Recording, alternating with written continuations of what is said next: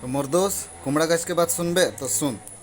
কুমড়া গাছ কইছে আমার গুড়িটা একেবারে তলে রাখেছি আর হামকে যে একেবারে দু মহলে উপরে উঠাই দিনছি। তা আমি কইছি হ্যাঁ রে কুমড়া তোকে আমি গুড়িটা তলে রাখেছি আর তোকে একেবারে হামদেরশো মানে আমরা যাহা না থাকি ওরশো উপরে তোকে আমি স্থান দিয়েছি। সালা কুমড়া বড় কইতে আছি এ আমার গুড়িটা তলে রাখেছি আর আমাকে উপরে উঠায় একেবারে ছাটের উপরে উঠায় আরও রাখে দিয়েছে।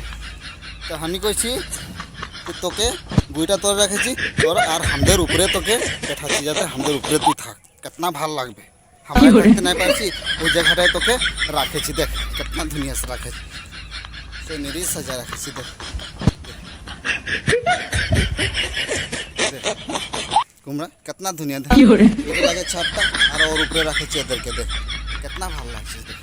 আমরাই নাকি अपना ऊपरे हम ही अपना ऊपरे कहाँ उठते पारबो ऊपर ওদেরকে রাখেছি अपना ऊपरे कितना ভাল লাগছে দেখছেন कितना ধুনিয়া লাগছে দেখ।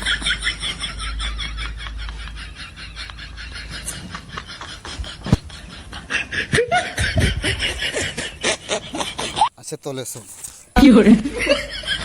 ধুনিয়া সিনারি লাগছে। হ্যাঁ এটা সিনারি তোরা থাকতে পারছি কিतना ভাল লাগছে না।